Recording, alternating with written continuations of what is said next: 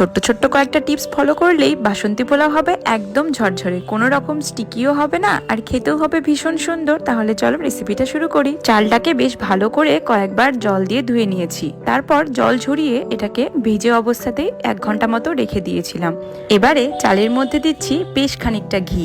আমি এই প্রসেসেই করি, আমি জানি যে বাসন্তী পোলাও আরো অনেক রকম প্রসেসেই কিন্তু অনেকে করে থাকে, তো আমি যেভাবে করি সেটাই তোমাদের সাথে শেয়ার করছি। আর দেবো হলুদ আর গরম মশলা গুঁড়ো, চাইলে কিন্তু ইয়েলো ফুড কালারও তোমরা এখানে ইউজ করতে পারো। এবার এই মশলাগুলোর সাথে চালটাকে বেশ ভালো করে মেখে নিতে হবে। চালটাকে মেখে আমি এই 15 মিনিট মতো এটাকে একটু রেস্টে রেখে দিই।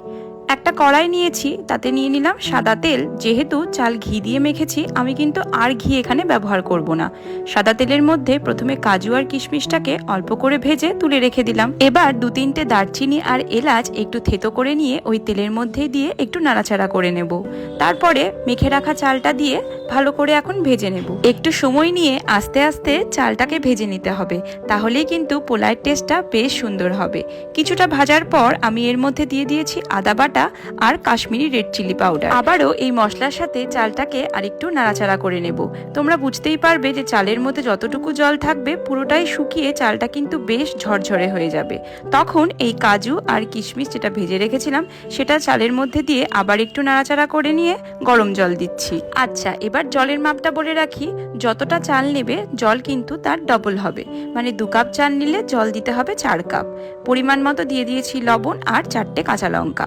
লঙ্কাটা তোমাদের ইচ্ছে মতোই দিও, আর একটু বেশি দিলেও কিন্তু অসুবিধে নেই। এবারে মোটামুটি 15 মিনিট মতো ঢাকা দিয়ে রেখেছিলাম। তারপর দেখো এই চালটা 70% মতো সেদ্ধ হয়ে গেছে। একটু নিচ থেকে চালটাকে একবার তুলে নিলাম এইভাবে। এইবার যেহেতু বাসন্তী পোলাও একটু মিষ্টি মিষ্টি হয়, তো পরিমাণ মতো এখানে মিষ্টিও দিয়ে দিয়েছি।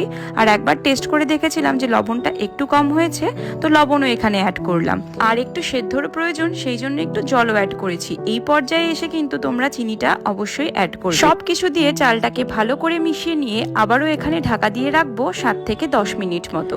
ব্যাস, তাহলেই কিন্তু খুব সুন্দর বাসন্তী পোলাও রেডি হয়ে যায়। এই ছোট্ট ছোট্ট কয়েকটা টিপস ফলো করলে এই রেসিপিটা কিন্তু একদম ফেল হবে না।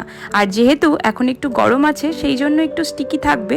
এটাকে ঠান্ডা করার পর দেখো কতটা ঝরঝরে হয়ে গিয়েছিল। গরম গরম কষা মাংসের সাথে কিন্তু একদম জমে যাবে, কি বলো?